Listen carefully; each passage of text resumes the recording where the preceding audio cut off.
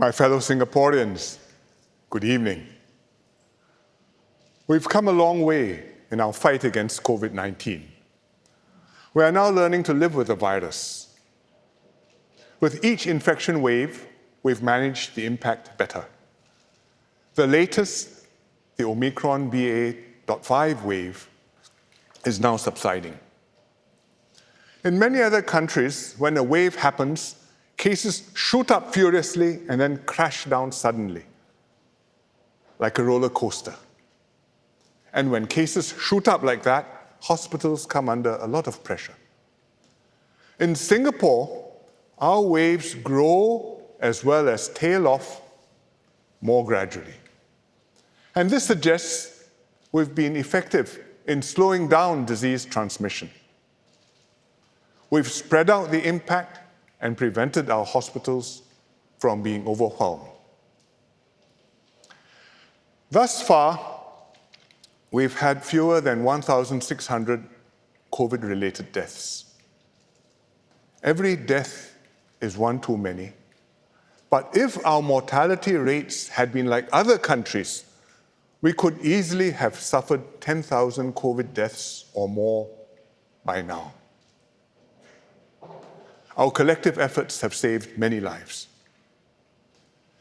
Key to our success has been the high level of trust in our society. In some countries, a precaution as simple and essential as mask wearing became a heated point of contention. But in Singapore, people worked with and not against one another. You trusted your government. You patiently endured rounds of easing and tightening measures despite the inconvenience. The government upheld your trust by being open and transparent. We spoke directly to you, shared information readily, and gave you the full facts, even when things didn't look good. Above all, there was trust among Singaporeans that we would each do the right thing and have each other's back. You practiced personal and social responsibility. You took your vaccinations when your turn came, protecting yourself, plus everyone around you and society as a whole. You kept your masks on, especially indoors. You conscientiously washed your hands after coming home. And you've also become experts at swabbing yourselves using ART kits. What used to be an unpleasant experience has now become a routine chore. And if two red lines appeared, you self-isolated to protect others. Everyone did our part to keep us all safe. Many of you went out of your way to help others. For example, Madam Alice Chua, who's a retiree. She volunteered at vaccination centers in East Coast and brought fellow seniors to their appointments. Because she spoke Malay and dialects, she also bridged language gaps and could reassure and comfort the seniors during their jabs. Every bit counted in our national vaccination campaign. Or take Madam Ruku, a Yishun resident. She noticed many elderly neighbors were afraid to go out during the pandemic, and so they were getting listless and moody. And to lift their spirits, she cooked and distributed meals for her neighbors, sometimes curry, sometimes bihun. A simple pack of hot meal brought many warm smiles. Or Mr. Razali Puasa, who stays in Toa Payoh. The playground near his block is very popular with young kids, but he saw that everyone was afraid of COVID. So he decided to wipe down and disinfect the playground to reassure families that it was clean and safe to let their kids play there. A simple gesture which made all the difference to the community. And I'm very glad that Madam Alice, Madam Ruku, and Mr. Razali can join us here tonight.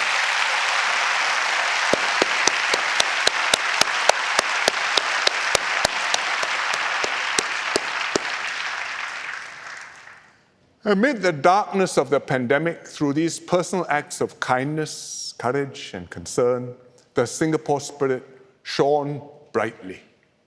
It's made us collectively a better people and a more resilient society.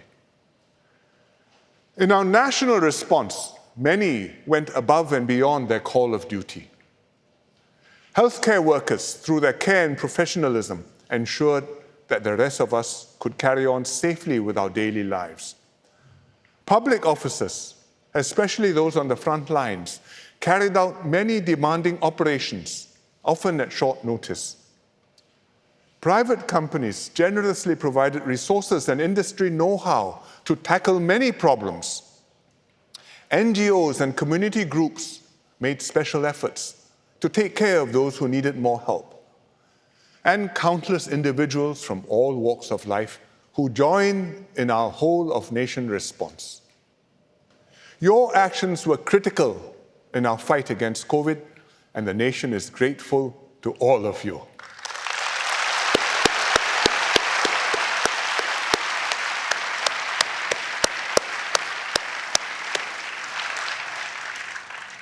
In recognition of your sacrifices and public spirit, the government will present everyone who participated directly fighting COVID-19 during the pandemic, both individuals and teams, a special state award.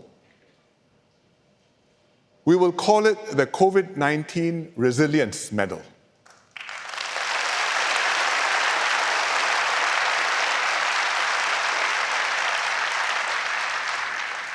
In addition, those who made exceptional contributions will receive existing state awards such as the Commendation Medal, the Public Service Medal, and the Public Administration Medal.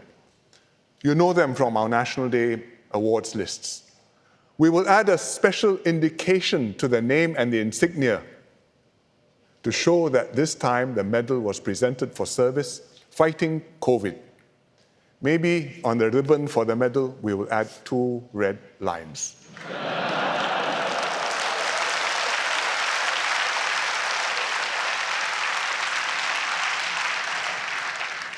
We will announce the awards list at the end of the year and hold the award ceremonies next year to thank everyone properly in person.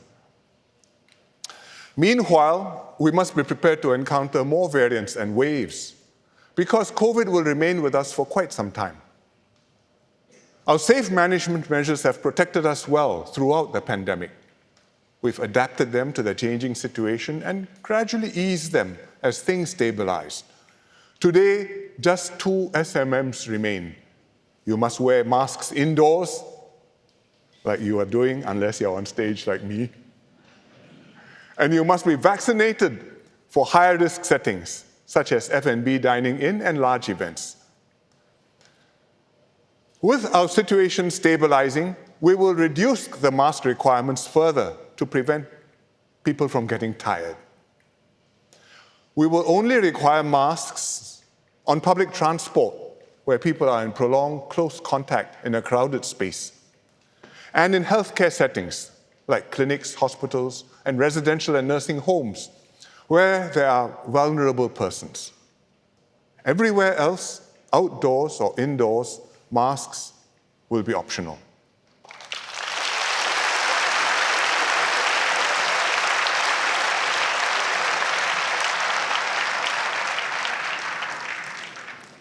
For schools in particular, we should not need masks in class.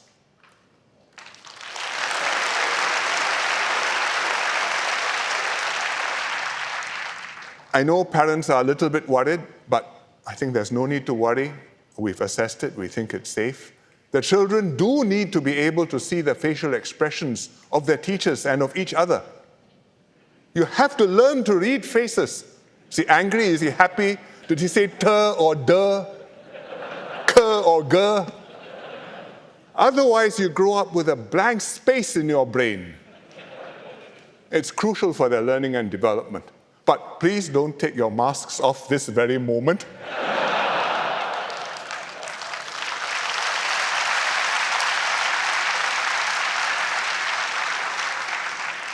Please wait for the detailed announcement from the MTF. Beyond these adjustments to SMMs, we must learn the lessons from COVID-19. One day, the next pandemic will come. A new virus will emerge, more transmissible, more adaptable, and more dangerous than COVID-19. And we must be ready for it. The most important lesson is to maintain a spirit of personal and social responsibility. Continue to nurture the trust in our society, day in, day out, during normal times, so that during the next crisis, we can again draw upon a deep reservoir of trust to see us through, just like we've done during COVID-19.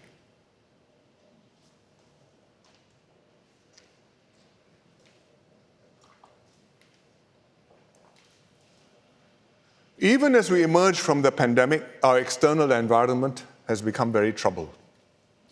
US-China relations, which sets the tone for global affairs, are worsening. The two powers are divided over many issues.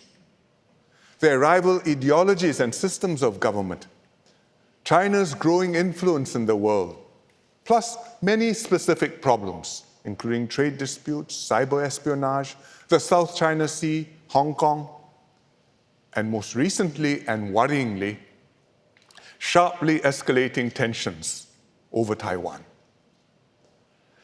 Yet the US and China need to work together on many pressing global issues, including climate change, pandemics, and nuclear proliferation. And their tense relationship is making this almost impossible. And this is bad news for the world. President Joe Biden and President Xi Jinping recently held a long video call. They agreed to meet in person, but neither side expects relations to improve anytime soon. Furthermore, we must all hope that there are no miscalculations or mishaps which can make things much worse very quickly.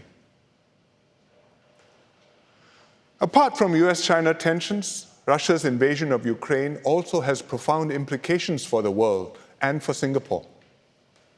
First, the invasion violates the UN Charter and fundamental principles of sovereignty and territorial integrity. And this is particularly important to Singapore. Our security, even our existence, relies on countries upholding these principles. We cannot legitimize Russia's wrongful actions.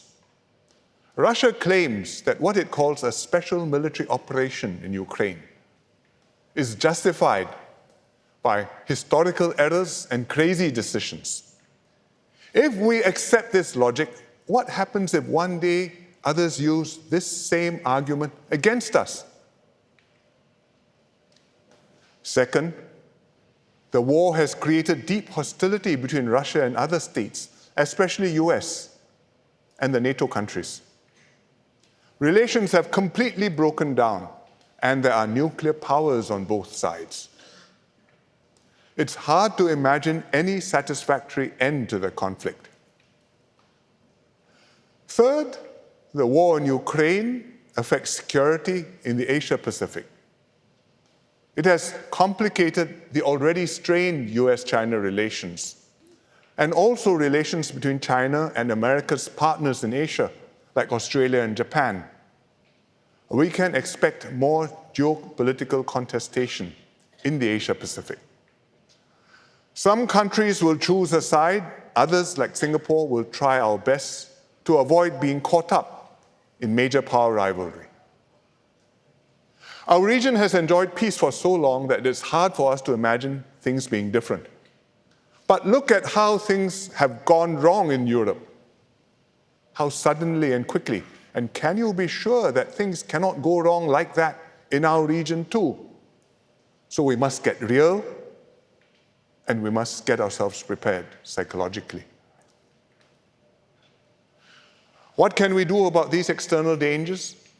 First, we must stand firm on fundamental principles of international law. Work with other countries to uphold a rules-based order, for example, by speaking up at the United Nations. Taking cover and keeping quiet will hurt us in the long term.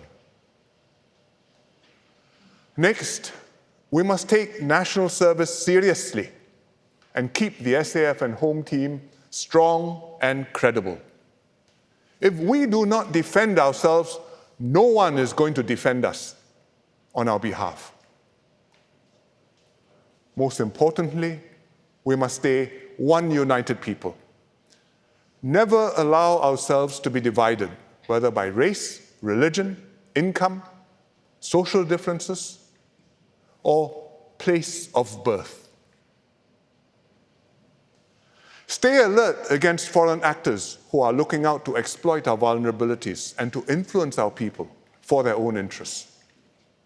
I talked about this in my Chinese speech.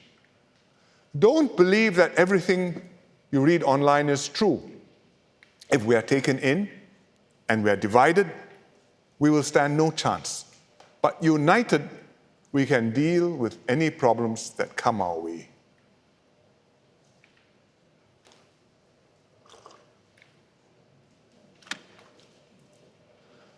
Besides strategic dangers, we also have to deal with economic issues.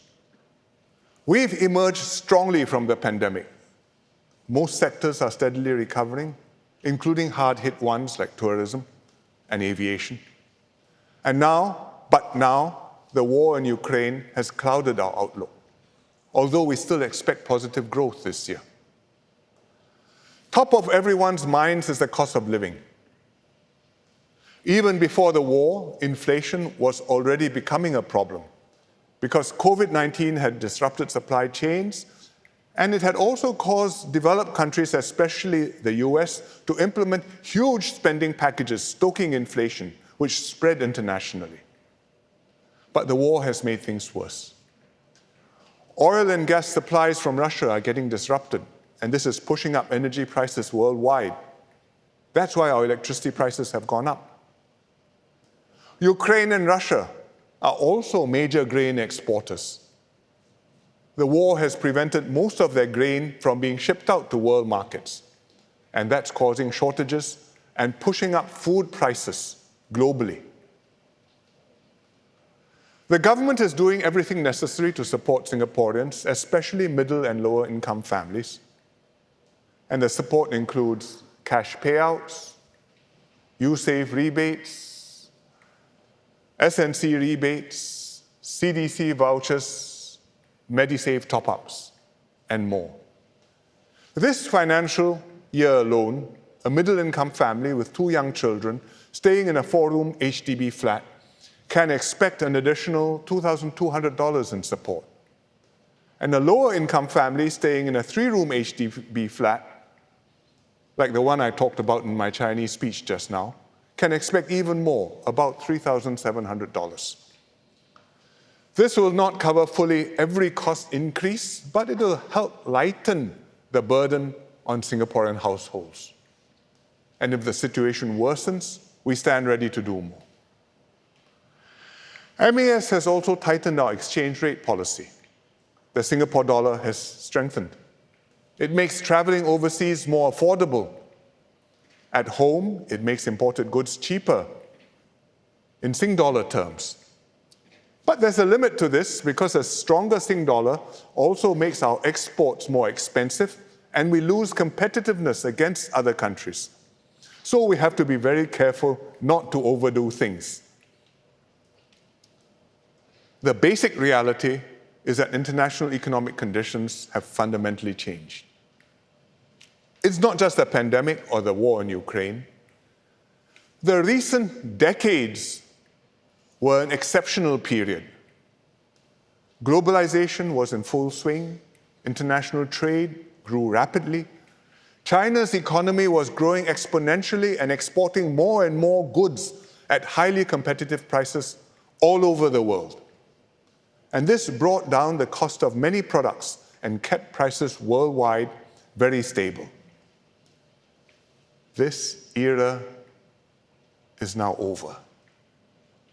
China's growth and exports are slowing, their costs are going up. Some countries have raised tariffs against each other, particularly between the US and China. And countries are also relooking at their supply chains to prioritize resilience and self-sufficiency. That means not buying from the cheapest. That means accepting higher costs. And companies, too, are opting for just-in-case instead of just-in-time production. And all these trends are raising costs and pushing up inflation everywhere, including in Singapore. We don't have much influence over this global inflation picture, but what is within our power is to make ourselves more productive and more competitive, because then our workers can earn more and can more than make up for the higher prices of food, of fuel, and of other imports. And that way, we can all become better off in real terms. And this requires us to press on with economic upgrading and restructuring, redouble our transformation efforts, encourage workers to upgrade their skills at every opportunity. And indeed, that is exactly what we've been doing. Besides prices rising, physical supplies are also being disrupted. You all know about Malaysia's export ban on chickens. But it's not just Malaysia. Indonesia temporarily halted palm oil exports when high cooking oil prices became a political issue. India also recently banned wheat exports to keep domestic wheat prices down. Under pressure, faced with food shortages and rising prices, governments will put their domestic needs first, and so we must expect more arbitrary actions like this, which will impact us. As a small and open economy, we are heavily dependent on imports, even of essential goods, but we are not helpless. For quite a while now, we've been actively diversifying our import sources, building up adequate stockpiles of food and medical essentials, investing in agri-tech to make local farms more efficient and productive, pushing ahead with our 30 by 30 goal to be able to produce 30% of our nutritional needs locally by 2030. And when COVID came, we redoubled our efforts. It costs money to make our supplies more resilient. Buying from diversified sources means we don't just buy from the cheapest or the most convenient producer. And maintaining stockpiles requires space and incurs costs. You may have to air condition your stocks. But we must think of it as paying for insurance. Early in the pandemic, when we raised the DORSCON from yellow to orange, it triggered a small scramble. I was hosting my Cap Gourmet dinner that evening. Suddenly, every phone was buzzing. My guests were receiving and sharing pictures of empty supermarket shelves. Fortunately, it was before I stood up to speak. So when I made my speech, I told them, don't worry, Chan Chun Sing is on it. He was then MTI minister.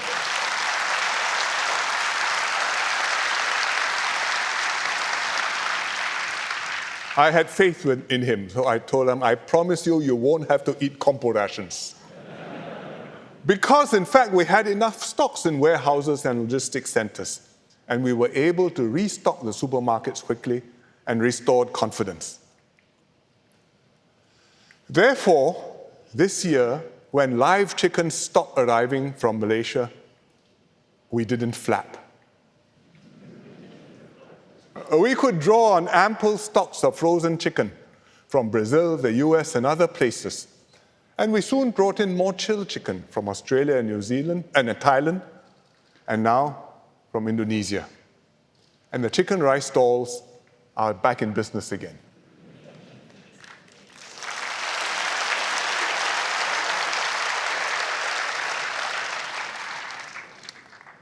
People take this for granted, but actually a lot of work goes on behind the scenes. Nothing happens by itself, not even in Singapore. It's only possible because we always plan forward to give ourselves options and solutions during crisis. And that's how we must continue to prepare ourselves for the future.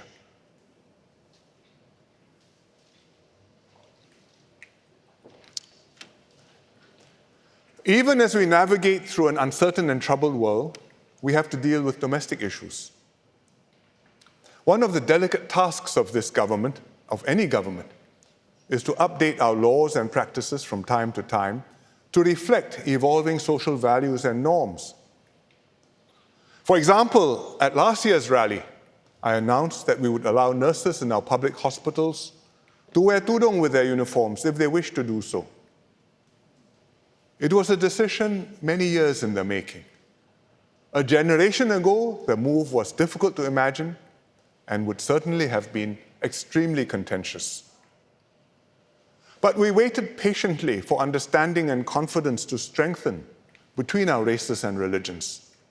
And we finally moved only when we judged the time right, after preparing the ground and explaining carefully our reasons and the scope of the change we were making. I'm very glad this cautious move has gone well and Singaporeans have accepted it in the right spirit. But that is not the only sensitive issue we need to resolve. Another concerns the treatment of gay people in our society under the law. By and large, Singapore is a traditional society with conservative social values. We believe that marriage should be between a man and a woman. Children should be born and raised within such families. The traditional family should form the basic building block of our society. Most Singaporeans would like to keep our society like this, and this is the government's position too. We have upheld and reinforced the importance of families through many national policies, and we will continue to do so. However, like every human society, we also have gay people in our midst. They are our fellow Singaporeans. They are our colleagues, our friends, our family members. They too want to live their own lives, participate in our community, and contribute fully to Singapore. And we need to find the right way to reconcile and accommodate both the traditional mores of our society and the aspiration of gay Singaporeans to be respected and accepted. A major issue for gay Singaporeans is Section 377A of the Penal Code, which makes sex between men a criminal offense. It was originally introduced in the 1930s by the British colonial government. It reflected moral attitudes and social norms that prevailed back then. But over the decades, homosexuality has become better understood, scientifically and medically. In many societies, including Singapore, gay people have become more accepted for who they are instead of being shunned and stigmatized. Many countries that used to have laws against sex between men have since repealed them, and they include several Asian countries, but so far, not Singapore. Parliament last debated whether or not to repeal Section 377A in 2007. MPs expressed strong views on both sides. I joined in the debate to advise restraint and caution. I acknowledge that what consenting adults do in private is their personal affair, and the government should not intervene. But I pointed out that not everyone was equally accepting of homosexuality. Quite a few had considerable reservations, particularly within certain religious groups, including the Muslims, the Catholics, and many Protestant denominations. The government decided then that we would leave 377A on our books, but not actively enforce it. We stopped short of repealing the law.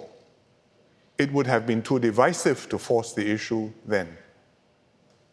It was better for us to live with this untidy compromise, and it was a practical way to accommodate evolving societal attitudes and norms in Singapore. The compromise didn't satisfy every group, but by and large, it has enabled all of us to get along, and so we have lived with this sensitive issue without it monopolizing our national agenda or dividing our society. Now, 15 years later, attitudes have shifted appreciably. While we remain a broadly conservative society, gay people are now better accepted in Singapore, especially among younger Singaporeans. It's timely to ask ourselves again the fundamental question: should sex between men in private be a criminal offense? Singaporeans still have differing views on whether homosexuality is right or wrong, but most people accept that a person's sexual orientation and behavior is a private and personal matter, and that sex between men should not be a criminal offense. Even among those who want to retain Section 377A, most don't want to see it actively enforced and criminal penalties applied. From the national point of view, private sexual behavior between consenting adults does not raise any law and order issue. There's no justification to prosecute people for it, nor to make it a crime.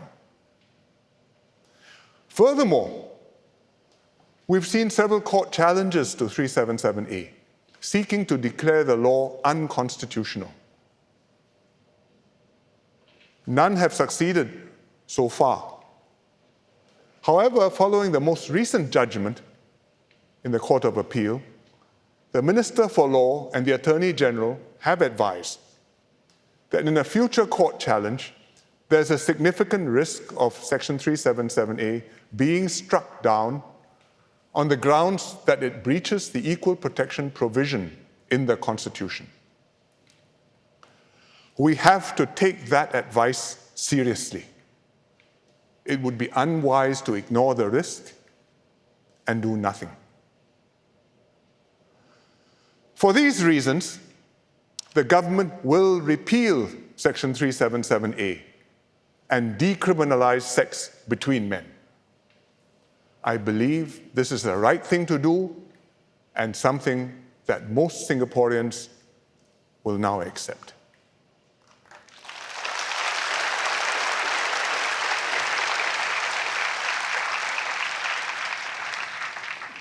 This will bring the law into line with current social mores and I hope provide some relief to gay Singaporeans. But at the same time, most Singaporeans do not want the repeal to trigger a drastic shift in our societal norms across the board, including how we define marriage, what we teach children in schools, what's shown on free-to-air television and in cinemas, or what is generally acceptable conduct in public. In our engagements and soundings over several months, this has come through very clearly. Among those with reservations, some feel strongly about 377A itself. But for most, their main worry is what they feel Section 377A stands for and what they fear repealing it may quickly lead to. They also worry that this may encourage more aggressive and divisive activism on all sides. And this is not only the concern of those with religious objections, but is shared by many non-religious people. Even many Singaporeans who support repeal want to maintain our current family and social norms. The government understands these concerns. We too do not want the repeal to trigger wholesale changes in our society. We will maintain our current family-oriented approach and the prevailing norms and values of Singapore society. Hence, even as we repeal 377A, we will uphold and safeguard the institution of marriage. Under the law, only marriages between one man and one woman are recognized in Singapore. Many national policies rely upon this definition of marriage, including public housing, education, adoption rules, advertising standards, film classification. The government has no intention of changing the definition of marriage, nor these policies. However, as the law stands, this definition of marriage can be challenged on constitutional grounds in the courts, just like Section 377A has been challenged. And this has indeed happened elsewhere. If one day such a challenge succeeds here, it could cause same-sex marriages to become recognized in Singapore. And this would happen not because Parliament passed any such law, but as the result of a court judgment. And then, even if the majority of MPs oppose same-sex marriage, Parliament may not be able simply to change the law to restore the status quo ante. Because to reverse the position, Parliament may have to amend the Constitution, and that would require a two-thirds majority. I do not think that for Singapore, the courts are the right forum to decide such issues.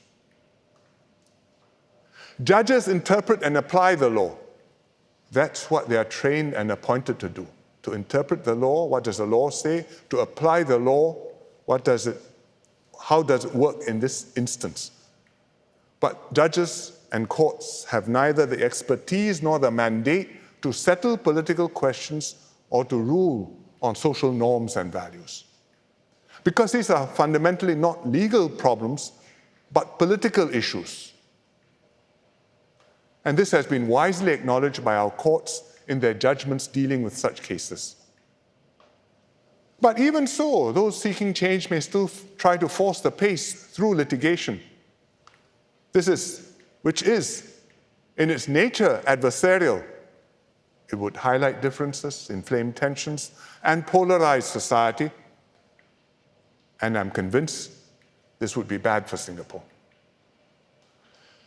We will therefore protect the definition of marriage from being challenged constitutionally in the courts. The legal definition is contained in the Interpretation Act and the Women's Charter. We have to amend the Constitution to protect it, and we will do so. This will help us to repeal Section 377A in a controlled and carefully considered way. It will limit this change to what I believe most Singaporeans will accept, which is to decriminalize sexual relations between consenting men in private. But will also keep what I believe most Singaporeans still want, and that is to retain the basic family structure of marriage between a man and a woman within which we have and raise our children.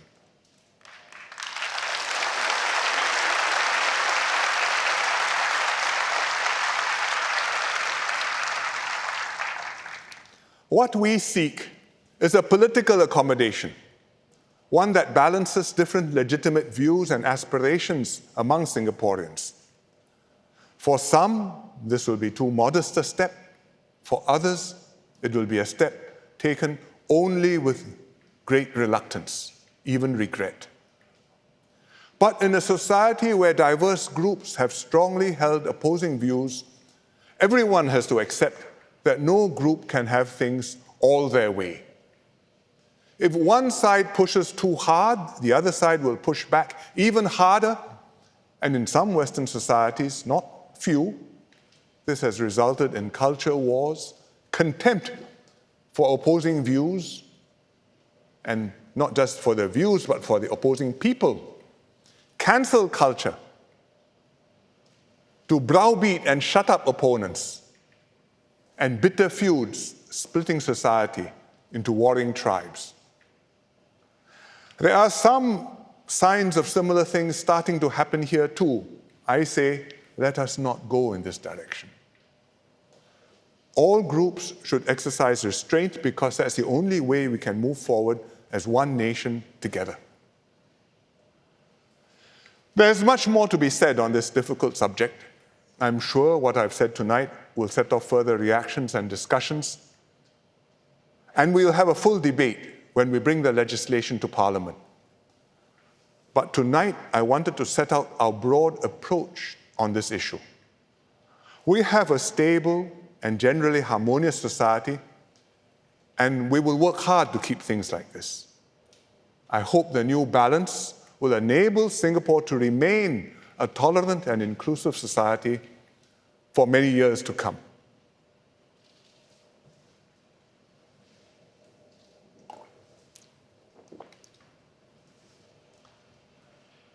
While we deal with sensitive issues like 377A, please remember that it is not the only subject on the national agenda. We have many other important matters to deal with. The 4G team are gearing up for the next chapter of the Singapore story. Recently, DPM Lawrence Wong launched Forward Singapore. The conversation is to build consensus on the kind of Singapore we want to see. We want to meet the enduring aspirations of every Singaporean, including a good start in life, regardless of background, affordable housing and childcare when you get married, opportunities to upgrade yourself throughout your career, and a healthy and fulfilling retirement in your golden years. How can we achieve this into the next generation? What specific goals should we set for ourselves? What do we need to do? What trade-offs do we have to make? How can we rally everyone to realize our shared vision? This is what the Forward Singapore conversation is about.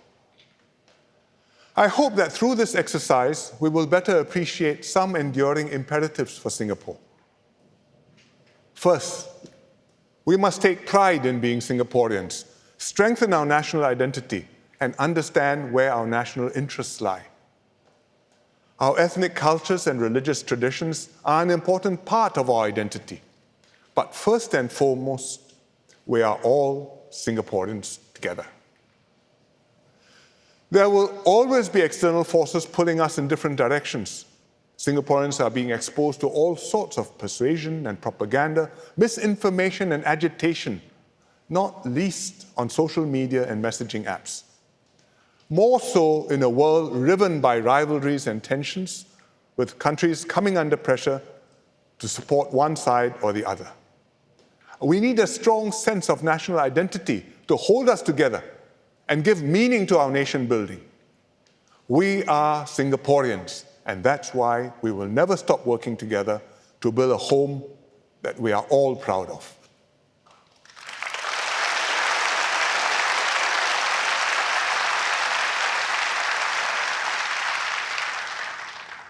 Second, we must stay open and connected to the world.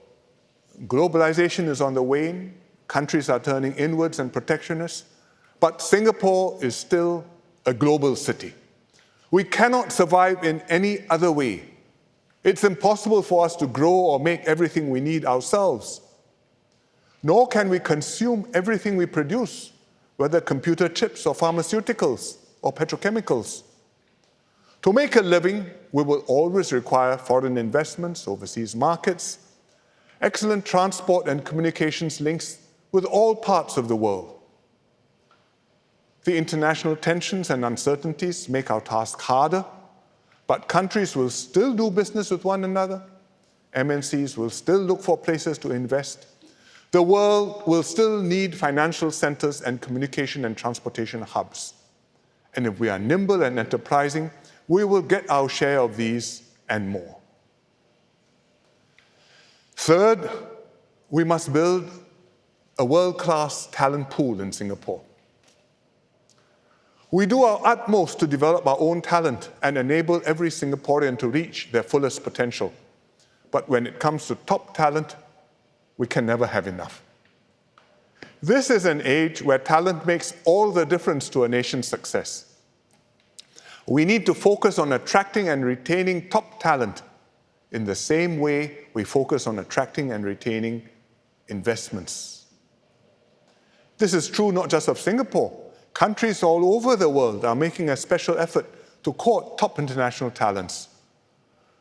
Germany recently allowed skilled foreign professionals to live there even before they secure a job. Come first, look for the job later. The UK wants to attract the best and brightest at the beginning of their careers.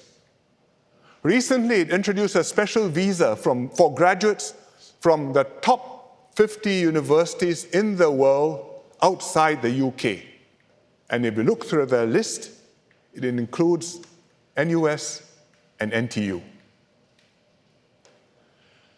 In this global contest for talent, Singapore cannot afford to be creamed off or left behind. Singaporeans are rightly concerned about the impact of large numbers of non-residents living and working here. I talked about this last year. The government is following up to tackle the problems and ease these concerns. But while we manage the overall population of foreign professionals here, we must not stop seeking out top talent who can contribute to our Singapore story. Let me give you one example, the biomedical sciences. Like so many important projects in Singapore, the story started with Dr. Goh Keng Swee. In the 1980s, he saw the potential of biomedicine, and Dr. Goh set up the Institute of Molecular and Cell Biology, IMCB. Not everyone was persuaded. Some called it Goh's second folly, because the first one was Jurong Industrial Estate. That one succeeded. This one, they called it his second folly. They were not convinced. But we started. In the 1990s, we decided to make a big push on biomedicine. Mr. Philip Yeo became chairman of NSTB, the National Science and Technology Board, which later we renamed A-STAR. We scoured top universities and research institutes for the best biomedical scientists, researchers, engineers. Philip went around the world to pitch to them personally. He persuaded some of the top names in their fields. He called them the whales, as well as younger rising stars. They were taken by our vision and they moved here. They moved their labs here, they moved their students here, they moved their team here. They did good work here. The whales mentored our local talents who were then still new to the field. Philip called our local talents guppies. We awarded scholarships to hundreds of guppies to study biomedical sciences all the way to PhD. And the guppies trained under the whales with the goal that one day they themselves would grow into whales. So we created an ecosystem for the biomedicine business and started on a long journey to become a biomedical hub. Our early guppies have matured. Homegrown scientists are now doing cutting-edge R&D. Quite a few have become principal researchers, leading their own teams. Others have founded startups to develop and commercialize their discoveries. Today, our biomedical sector is thriving. It employs 25,000 workers and contributes almost 1/5 of our manufacturing GDP. We've also attracted major projects, including from Sanofi and BioNTech. These are leading firms for vaccine manufacturing facilities. BioNTech is the second half of Pfizer-BioNTech, the vaccines which many of us have taken for COVID. It's a German company. When I met Chancellor Merkel last year, before she retired, she says, I hear BioNTech is going to Singapore. They take note. It is significant. It means something to them. It means a lot to us. During COVID, our researchers, both Singaporeans and non-Singaporeans, made significant contributions. They helped maintain the international GISAID database, which facilitates sharing of COVID genomic data worldwide. They developed test kits and other diagnostics. They enabled us to understand international progress on vaccine development, tap into industry networks, and thus secure vaccines and therapeutics early for our people. That's why we had the know-how, we had the confidence, we were prepared to take bets, we placed bets early, and our bets paid off, and we were able to vaccinate Singaporeans months before we would otherwise have been able to, saving time, saving lives, making a huge difference to Singapore.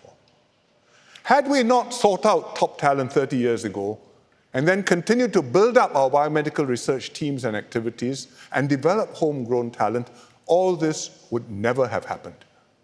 This is the difference that top talent can make. We have a window of opportunity now.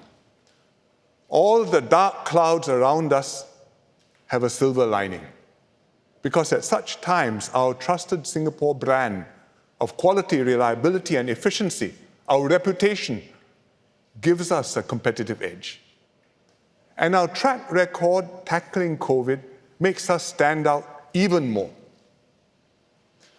Singapore has attracted the interest of many talented people and international companies. Those with special talents and skills are looking for places to move to where they and their families feel safe and welcome, and where they can make an impact. Businesses want to invest in places where the talent is. The business follows the talent. And they also look for the places where the politics and policies are stable and where the system works. And that's why, even during the pandemic, EDB continued to bring in many good projects. And even now, we have a very strong investment pipeline of potential projects whom we have a good chance of getting. We must seize this opportunity to secure Singapore's place in the post-COVID world. We already have schemes to attract and retain top talent, especially in the technology industry, IT. But we need to do more, especially in the sectors with good potential. We want to make top talent everywhere sit up, pay attention, and think seriously about coming to Singapore.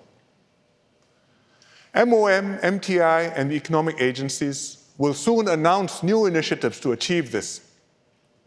If we can get the people we want to come here, it will really help Singapore to shine brightly as a hub of innovation, entrepreneurship, and growth. And it will make our own talent want to stay in Singapore to participate in building a dynamic and outstanding nation. And every Singaporean will benefit from our progress and success.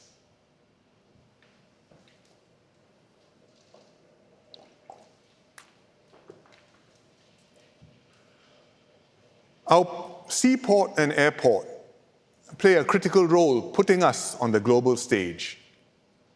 They connect us to the world and keep Singapore a thriving business and trading hub.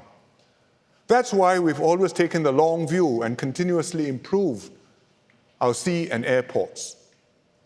10 years ago, I spoke about our plans for Tuas Port and Changi Terminal 5.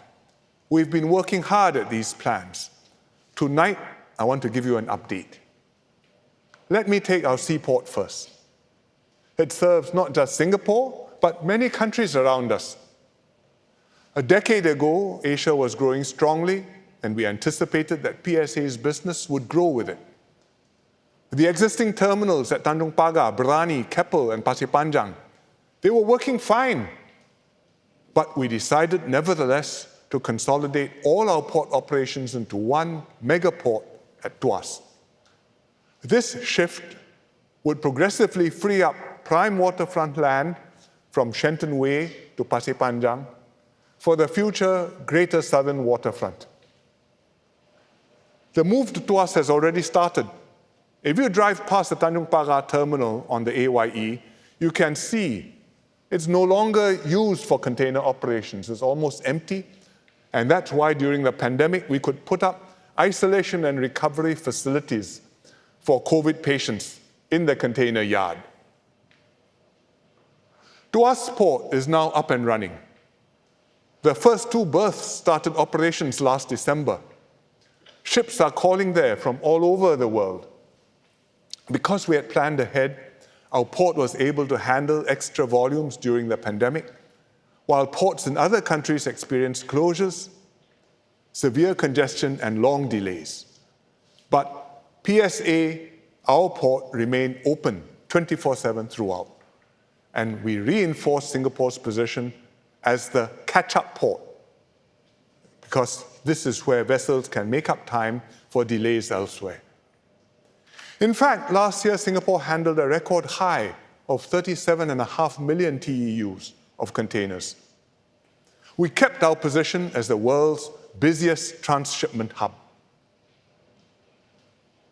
In the process of moving to Tuas, we modernized and upgraded our port operations. The new port is automated and digitalized. It uses AI to coordinate operations more seamlessly, including vessel traffic management and port clearance. Instead of trucks with drivers, it deploys a fleet of driverless AGVs, automated guided vehicles. These are the things here. There's no driver, it just moves around magically by itself. And this smooth transition owes much to our port workers, unions, PSA, and MPA, the Maritime and Port Authority. Management and unions worked hand in glove to retrain workers and help them adapt to new working environments. And on their part, workers picked up new skills, upgraded themselves, and became more productive. We have just completed phase 1 of Tuas Port, and phases 2, phase 3, and phase 4 will follow.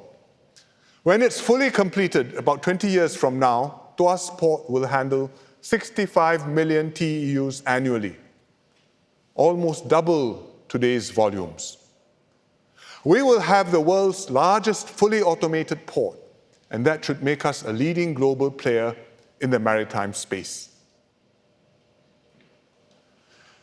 In the same way, Changi Airport secures Singapore's position as a global aviation hub. We have ambitious plans for Changi too. Over the years, we've progressively expanded and upgraded it. I previously spoke about Terminal 4 and Jewel, and they are now done. But even before we broke ground for Terminal 4 and Jewel, we already envisaged building Terminal 5. Let me show you on a map. Here are T1 to T4, and this is T5. So T1, 2, 3, and 4. T5 is as big as all of these put together. In terms of capacity, T5 will have 50 million passengers, which is equal to T1 plus T3. But if you look at the way the airport is built, all the new part of the airport, T5 and all this new half, in fact, we are building one more new Changi Airport. It's huge. Next to T5, we will develop the Changi East Urban District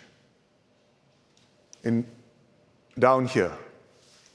And this will be a new business and lifestyle destination, creating more jobs and opportunities for Singaporeans. Before the pandemic, we were about to call a tender to build T5. Due to COVID, we paused our plans for 2 years, but we made good use of the downtime. We reassessed the long-term prospects for air travel and improved the terminal design. We concluded that the future of aviation remains bright. Now, with borders reopening, people are traveling again. Passenger traffic has already exceeded half of pre-COVID levels. In the longer term, air travel will keep growing because of a fast expanding middle class in our region. Hence, we decided to go ahead and restart the T5 project. We redesigned T5 to be more resilient, in particular to operate more safely and flexibly during a pandemic, to scale operations up and down more easily, and to isolate passengers from different flights to limit cross-infection. We've also made T5 greener and more energy efficient. And when it's completed in the mid-2030s, T5 will show the world what sort of place Singapore is. Let me give you a preview of the passenger arrival experience. From arriving onto the SkyTrain, to immigration, to baggage collection, to a beautiful Singapore welcome. And once you leave the terminal, you can go down the escalators, take the MRT straight into town. T5 will be a place that all Singaporeans can take pride in and enjoy.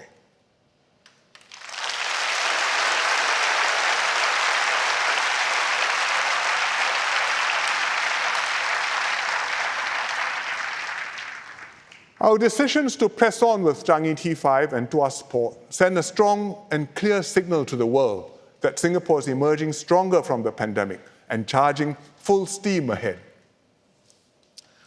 Changi and Tuas are specific examples of how we plan our economic infrastructure. But I'm sure you also want to know how we can live, work, and play in the future. Over the last year, URA has been working on the long-term plan review, which it used to call the concept plan. This is not just to prepare for the next 5 or 10 years, but to rethink what Singapore can look like in the next 50 years and beyond. And the plan takes in feedback and ideas from the public and guides our future development. I visited the exhibition at the URA Centre last month. It includes an eye-catching display of artwork. URA had held a competition for primary and secondary school students to imagine Singapore of the future. And the many creative drawings show how our young visualize Singapore will be when they grow up. And let me show you 2 pieces. This is Today's Future by Salma Ma. It won the first prize in the primary school category. Her drawing shows downtown Singapore, skyscrapers with rooftop gardens, all connected by an underwater MRT system. This thing here, with headlights. I hope we don't have to submerge our MRT lines into our rivers and seas, but Salma's piece highlights real considerations in urban planning, including dealing with rising sea levels and having sufficient green and blue spaces in the city. This next piece is Floating Home by Justin Teo, who won in the secondary school category. His idea is to levitate houses, places of interest, infrastructure, and transportation, and build a city in space. We might not quite have the technology today, but Justin's piece captures the boundless optimism and can-do spirit that we seek in preparing for the future.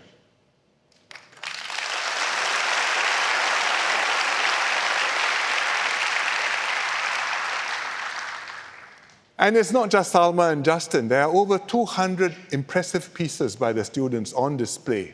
They showcase the talent and imagination of our young. Just looking at the drawings made me feel young again. Some of these art pieces may be too futuristic for us to implement now, but they inspire us to think out of the box. And URA planners work hard to translate big dreams into workable plans. For example, I told you before that Paya Lebar Air Base would move out and that we would redevelop Paya Lebar, and the relocation would start in the 2030s. But URA is already engaging the public and industry partners to explore redevelopment concepts. And let me share some of the ideas. First, this is Paya Lebar Air Base, down here. And the runway is the dominant feature, which stretches from one end to the other, 3.8 kilometers long. It's a line along the direction of the prevailing winds to avoid crosswinds when aircraft take off and land. So the future town can be also aligned along the same axis, parallel to the runway, and then the town will be naturally breezy, and hopefully residents won't need to turn on your aircon quite as much. We can repurpose the runway into the town's central spine, turn it into a green connector or a community space extending from one end of the town to the other. It will be a distinctive and attractive heritage feature unique to Paya Lebar. On both sides of the spine, we'll build public and private housing. MND estimates we can build around 150,000 new homes, which is roughly what we have in Punggol plus Sengkang today. There will be amenities and recreational areas close by, as well as commercial and industrial developments to bring jobs closer to our homes. And it's not just about using the land physically occupied by the airbase, because once the airbase moves out, we can lift some of the building height restrictions around it. For example, in Aokang, in Marine Parade or Punggol, and this means we can redevelop these towns, include more amenities, and make much better use of the space there. It won't happen overnight, but over decades, we can completely reimagine the eastern part of Singapore. Singaporeans sometimes worry that we'll run out of space in future, that housing will not be available or affordable. I say, no need to worry. We have done our studies and planning we will have enough space for future generations. Our problem is not finding the space to build enough flats, nor keeping homes affordable for Singaporeans. We know how to do that. Our problem is having enough babies to grow up and live in them.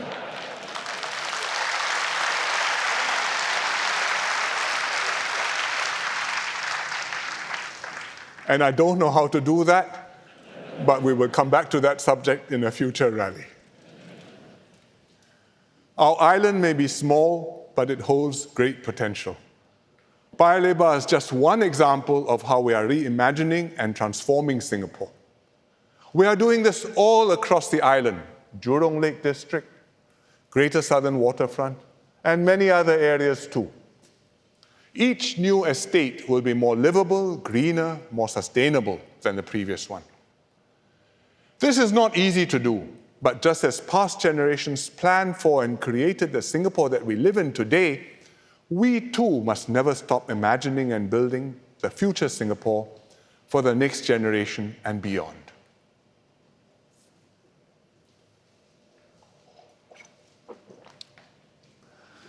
I've touched on several challenges this evening, whether we are tackling COVID and preparing for the next pandemic, dealing with geopolitical dangers and economic uncertainties, handling sensitive domestic issues, or planning and building Singapore for the long term. With all these challenges, success depends on us getting three key master fundamentals right. We must always have a united people, a high-quality leadership team, and high trust between the people and their leaders. A united people, a high-quality leadership team, and high trust between the people and their leaders. These are vital if we are to respond creatively and resiliently to challenges year after year. We may have the best laid schemes, but without these three fundamentals, they will come to nothing. I have emphasized these points over and over again in different ways because they are so crucial. In particular, good leadership is non-negotiable. Look at the countries where governments are unstable and politics messy, swinging wildly from one election to another. Whenever things don't work, leaders are forced out or they resign en masse. But even after changing teams, things fail to improve. Policies and laws either never make it through the political gridlock or they are made by one government and then reversed by the next. And often it's not just the leaders who disappoint, but the whole system that has failed. And the result is a devastating loss of faith, not just in individual politicians or political parties, but the whole political system and the whole political class. And there's no way forward from there. A small country like Singapore has zero margin for error. Not just Singapore's continued success, but our very survival depends on us having the right leaders. Leaders with integrity, dedication, and competence. Leaders with a conviction to make the tough calls and do the right thing, even if it may cost them some votes. Leaders whom you can trust. We cannot afford any compromise on this. Thankfully, for 57 years, over 3 generations, we've had leaders who have earned and maintained Singaporeans' trust and confidence, who have worked closely with the people to deliver on sound policies, who have improved all our lives. Never take this trust nor this competence for granted. Keep on working hard to find the right people, get them to serve, and help them to do their best for Singapore. It is our duty to extend our success formula into the next generation and beyond. Leadership succession is therefore of paramount importance. When COVID hit us, I had to put my succession plans on hold. Now we are learning to live with COVID and entering a new normal. The younger ministers have chosen DPM Lawrence Wong to be their leader. I'm very happy the matter is settled and my succession plans are moving forward again.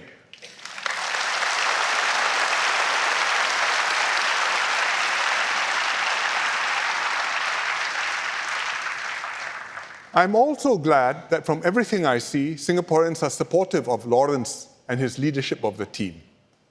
So I ask you, give Lawrence and his 4G team, your fullest support. The next few decades will be bracing, but exhilarating. I've given you my take on what we can achieve and also what can go wrong. But with your trust, we can come through whatever difficulties await. With your support, we can turn hopes and dreams into reality.